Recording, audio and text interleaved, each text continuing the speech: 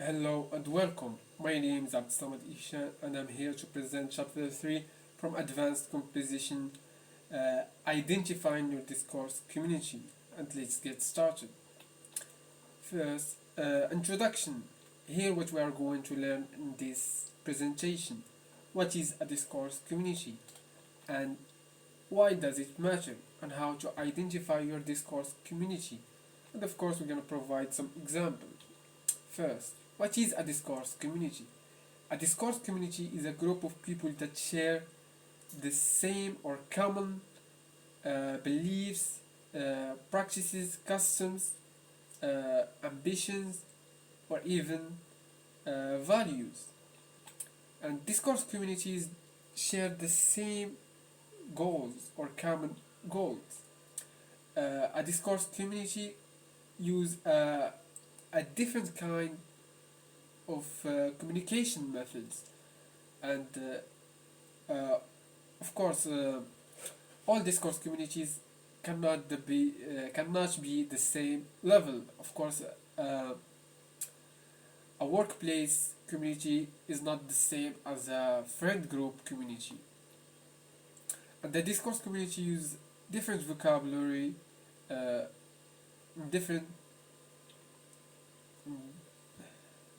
and of course, discourse communities can have different vocabulary that they use between them. A discourse community can have different genres and different,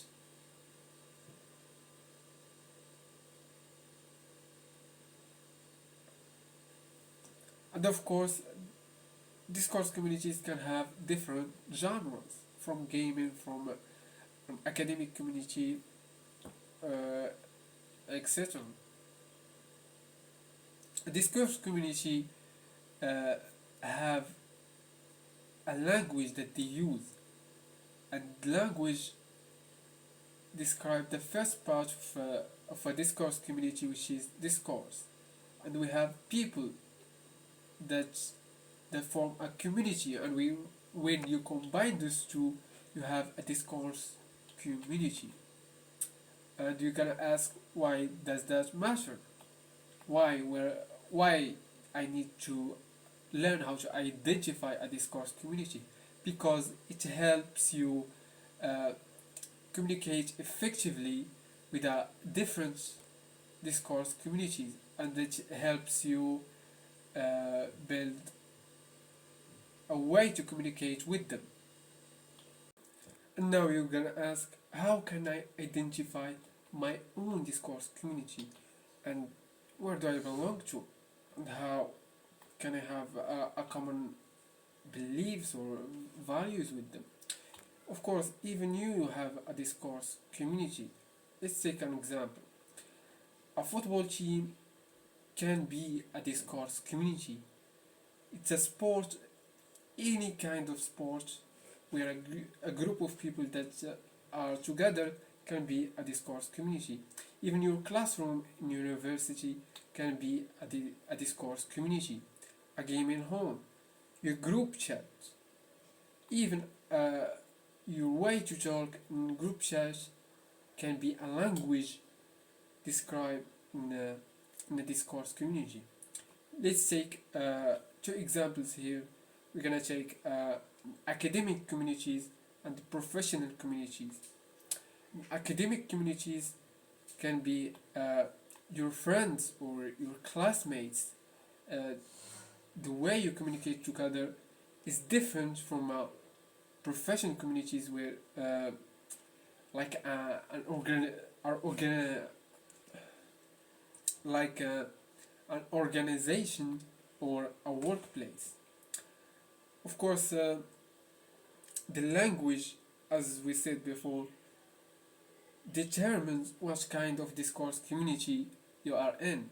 Your emails, your reports to your professor, or even your essays in your assignments, and an online post can be some kind of language used in a discourse community.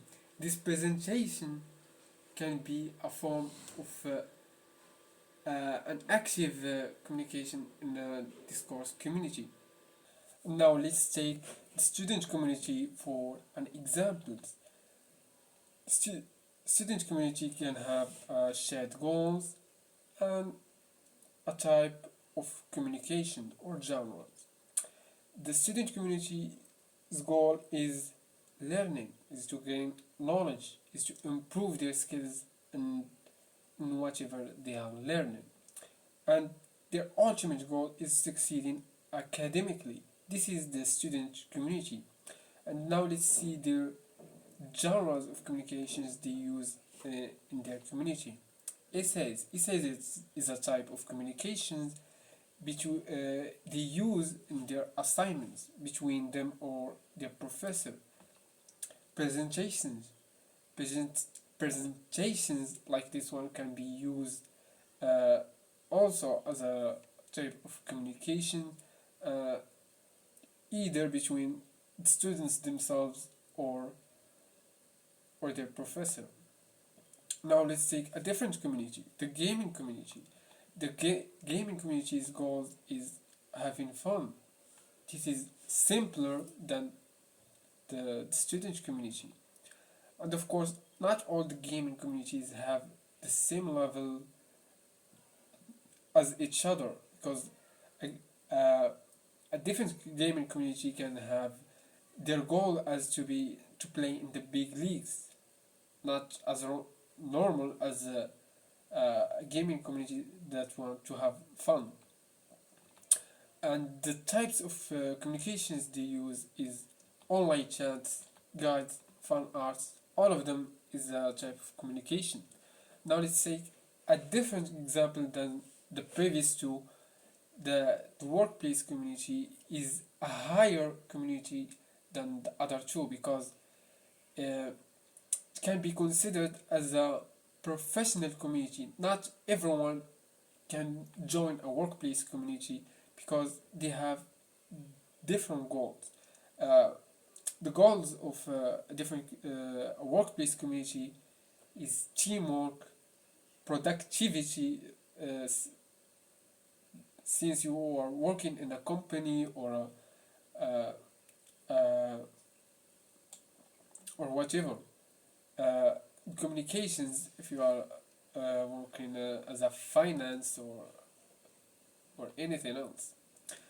Now let's see the differences and similarities between all of these communities which are considered as a discourse community. The purpose, all the communities has discourse communities have a different purpose. As we see, the gaming community can have their purpose as simply as having fun, uh, other than the workplace community that have their purpose as to be successful or to earn money, um, or the student community that their goal is to succeed academically or to validate or whatever.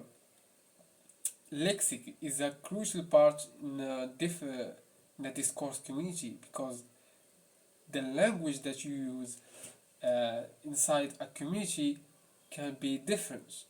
For example, in a workplace community, you can use formal. You have to use formal language instead of informal because that's a policy in a workplace community.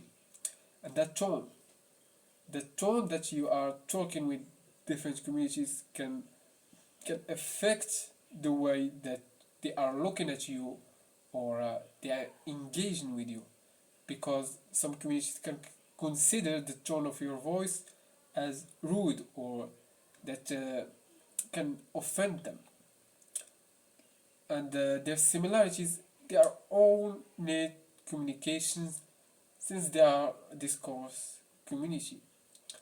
They have to share the same values, because if you are not having the same values in your discourse community or a different discourse community, this can create a problem because that can lead to a clashing of opinions or a clashing of values that can break that discourse community. Now, how can you join a discourse community?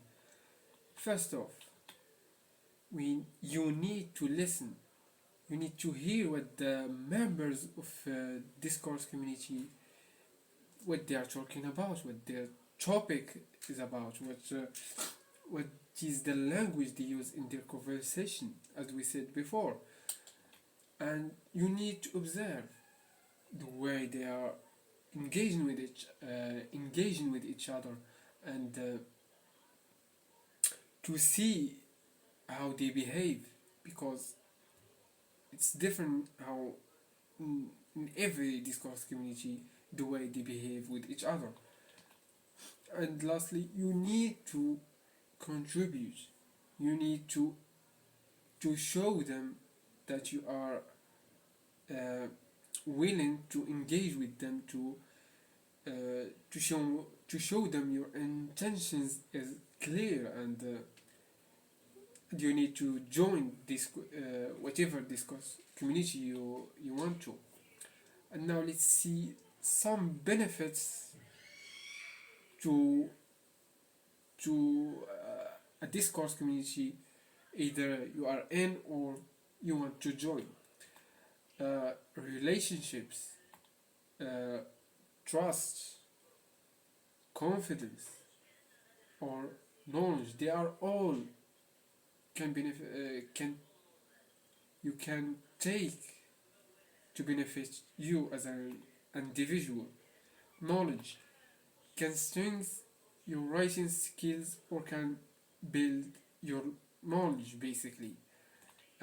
Trust can help you in academic and career success, because trust is a crucial part in the community, in the discourse community you are willing to join basically, or you are in, because that's what builds your future success, because it's the foundation that stand in the discourse community.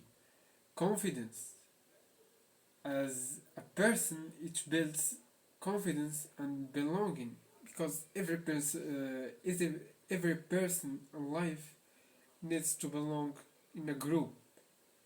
uh, that's what a discourse community is for, to find people to join them, and that can build confidence in the person.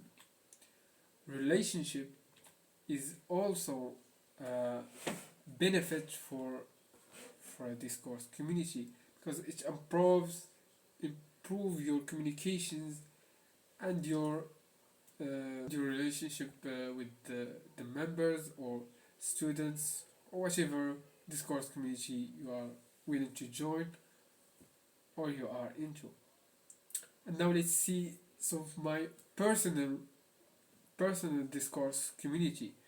For example, I'm a part of student community, as we say in the example before. This is an academy that I'm a student, of course, and this presentation is also a way to engage with my discourse community, and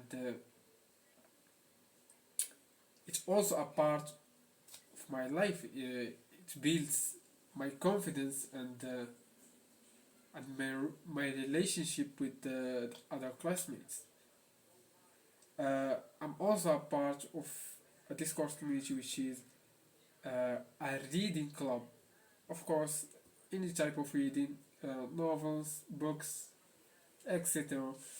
And this discourse community can have some uh, critical thinking that other communities or discourse communities cannot agree with, and that's a part of the tone of our communications, because it's harsh sometimes that for other people that cannot understand or cannot agree with. That's part of discourse community. And also I'm a part of a gym discourse community, as the media says, gym bros. That's also is a part of a discourse community. The conclusion of all of this, we will learn this presentation, is knowing your discourse community is knowing your voice, because uh, learning how to identify the discourse, any other discourse community or your discourse community, can help you knowing yourself, because that's what builds uh, the person that you are. Because uh, when you see the discourse communities that you are a part of, that also builds you as a person. Understanding those discourse communities can strengthen your identity as and confidence.